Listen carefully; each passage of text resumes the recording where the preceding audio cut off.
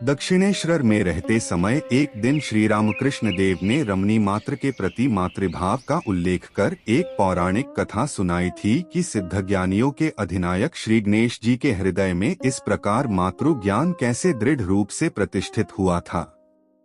मदस्राविक जतुंडधारी लंबोदर देव के प्रति इसके पूर्व हम लोगों की विशेष भक्ति श्रद्धा नहीं थी, किंतु श्री रामकृष्ण देव के श्रीमुख से उस वृत्तांत को सुनने के पश्चात तभी से हमें यह धारणा हुई है कि श्री गणेश जी वास्तव में ही समस्त देवताओं से पहले पूजन प्राप्त करने योग्य है। किशोरावस्था में एक दिन खेलते हुए गणेश जी की दृष्टि एक बिल्ली पर जा पड़ी। बाल्यचापल्यवश उसे नाना प्रकार के कष्ट देते हुए तथा मारपीट कर उन्होंने उसे घायल कर डाला। किसी प्रकार अपने प्राण बचाकर बिल्ली भाग गई। कुछ देर बाद गणेश जी अपनी माता श्री पार्वती देवी के समीप पहुँचे। बड़े आश्चर्य से वे क्या देखते हैं कि उनकी माताजी के अंगों पर जगह जगह पर मार के चिन्ह दिखाई दे रहे हैं। माता की उस दशा को देखकर अत्यंत व्यथित हो जब उन्होंने कारण पूछा, तब विषण्णता के साथ देवी ने उत्तर दिया, तुम ही तो मेरी इस दुर्वस्था के कारण हो। मातृभक्त गणेश जी यह सुनकर विस्मित तथा अत्यंत व्यथित हो आंखों में आंसू भरकर बोले, यह क्या कह रही हो माँ, मैंने तुमको कब मारा? यह भी तो मैं याद नहीं कर पा रहा हूँ कि मैंने ऐसा कोई दुष्काम किया हो जिससे तुम्हें अपने अबोध बालक के कारण इस प्रकार का कष्ट सहन करना पड़ा।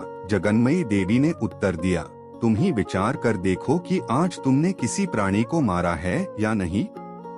गणेश जी बोले, हाँ, अभी कुछ देर पहले मैंने एक बिल्ली को मारा है। और फिर यह सोचकर गणेश जी रोने लगे कि शायद बिल्ली के मालिक ने ही मेरी माँ को इस प्रकार मारा होगा। तदंतर अनुतप्त बालक को स्नेहपूर्वक हृदय से लगाकर श्री गणेश जननी बोली, तुम जो सोच रहे हो वह बात नहीं है। तुम्हारे सम्मुख विद्यमान इस शरीर पर किसी ने हाथ भी नहीं उठाया है, किंतु असल बात यह है कि मैं ही बिल्ली आदि समस्त प्राणी रूप से इस संसार में विचरण कर रही हूँ।